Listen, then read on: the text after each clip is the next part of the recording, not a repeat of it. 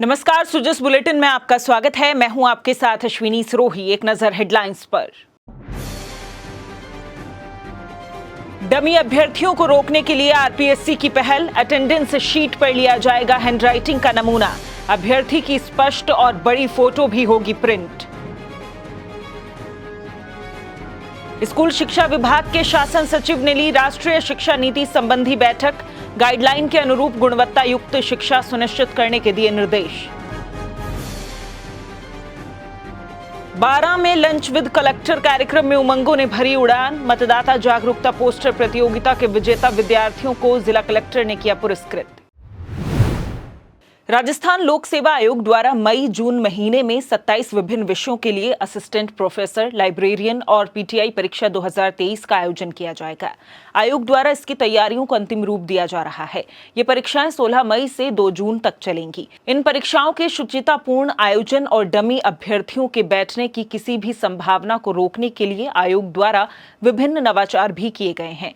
आयोग सचिव ने बताया कि इस परीक्षा से अभ्यर्थियों की हैंडराइटिंग का नमूना अटेंडेंस शीट पर लिया जाएगा। साथ ही अटेंडेंस शीट पर अभ्यर्थियों की स्पष्ट और बड़ी फोटो भी प्रिंट की जाएगी, ताकि परीक्षा केंद्र पर वीक्षकों द्वारा अभ्यर्थी की पहचान पूरी तरह सुनिश्चित करते हुए डमी अभ्यर्थियों को रोका जा सके। परीक्षार्थी को अटेंडेंस शीट के निचले भाग में दिए गए स्थान पर अभिजागर की उपस्थिति में एक वाक्य लिखना होगा। इसके बाद अभ्यर्थी अपने हस्ताक्षर कर खुद के द्वारा लिखे गए वाक्य की पुष्टि करेगा। स्कूल शिक्षा विभाग के शासन सचिव श्री कृष्ण कुणाल ने शुक्रवार को शिक्षा संकुल में राष्ट्रीय शिक्षा नीति की समीक्षा बैठक ली। उन्होंने अधिकारियों को राष्ट्रीय शिक्षा नीति 2020 की गाइडलाइन के अनुरूप गुणवत्ता युक्त शिक्षा सुनिश्चित करने के निर्देश दिए। श्री कुणाल ने विभिन्न विभागों को आवंटित टास्क निर्धारित समय पर पूरा करने और क्रियान्वयन समितियों की बैठक आयोजित कर प्रगति की नियमित समीक्षा के निर्देश दिए। उन्होंने सामाजिक आर्थिक रूप से वंचित आदिवासी, घुमंतु और पशुपालक वर्ग को गुणवत्तापूर्ण शिक्षा से जोड़ने के लिए विशेष प्रयास करने के साथ ही मां बाड़ी केंद्रों से समन्वय कर कक्षा 4 उत्तीर्ण सभी छात्रों को कक्षा 5 में प्रवेश सुनिश्चित करने के भी निर्देश दिए। साथ ही शासन सचिव ने प्रवेशोत्सव के दौरान आंगनबाड़ी केंद्रों में पंजीकृत 6 वर्ष के बालकों का विद्यालयों में 100% प्रवेश सुनिश्चित करने और 100% साक्षर राजस्थान बनाने के लक्ष्य को प्राप्त करने पर भी जोर दिया। उन्होंने ड्रॉप आउट रोकने के लिए सामाजिक कार्यकर्ताओं का सहयोग लेने, छात्रों को स्थानीय इतिहास और संस्कृति की जानकारी देने, होलिस्टिक रिपोर्ट कार्ड के फॉर्मेट को सरल बनाने और व्यावसायिक शिक्षा के प्रशिक्षण को प्रभावी बनाने के निर्देश दिए।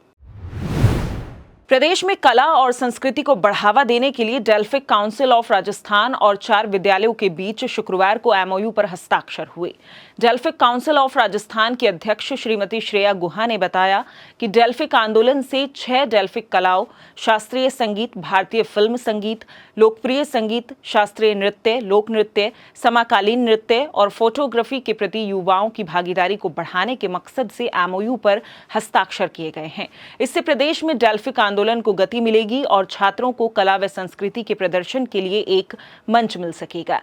कार्यक्रम में डेल्फिक काउंसिल ऑफ राजस्थान की तरफ से काउंसिल के महासचिव श्री जितेंद्र कुमार सोनी ने एमओयू पर हस्ताक्षर किए। 12 में कलेक्टर आवास पर शुक्रवार को लंच विद कलेक्टर कार्यक्रम का आयोजन किया गया। नन्हे हाथों से विश्व रिकॉर्ड बनाकर पोस्टर प्रतियोगिता में विजेता रहे छात्र छात्राओं में इस कार्यक्रम के दौरान उमंगों की परवाज परवान पर रही। छात्र छात्राओं ने लजीज व्यंजनों का स्वाद लेते हुए बाल मन में भरी जिज्ञासाओं और उत्कंठाओं को जिला कलेक्टर से उत्सुकता से पूछा। कलेक्टर आवास पर आयोजित इस कार्यक्रम में प्रशंसा पत्र और पारितोषिक पाकर बच्चे अभिभूत नजर आए। गौरतलब है कि लोकसभा चुनाव के दौरान जिले में मतदान प्रतिशत में इजाफा करने के मकसद से जिला कलेक्टर श्री रोहिताश्व सिंह तोमर की पहल पर जिले के 1685 सरकारी और निजी विद्यालयों में पोस्टर प्रतियोगिता का आयोजन किया गया था। म्हारो हेलो चालो वोट डालबा की थीम पर आधारित इस पोस्टर प्रतियोगिता में कक्षा 3 से 12 तक के 1,04,907 विद्यार्थियों ने हिस्सा लेते हुए विश्व रिकॉर्ड बनाकर बुक ऑफ वर्ल्ड रिकॉर्ड्स में जिले का नाम दर्ज करवाया था। कार्यक्रम में जिला कलेक्टर श्री तोमर ने विजेता विद्यार्थियों को पुरस्कृत करते हुए कहा कि मतदाता जागरूकता कार्यक्रम में भाग लेने से बालकों में लोकतंत्र के प्रति आस्था का भाव विकसित हुआ है। सुजस बुलेटिन में फिलहाल इतना ही, फिर होगी आपसे मुलाकात, तब तक के लिए नमस्कार।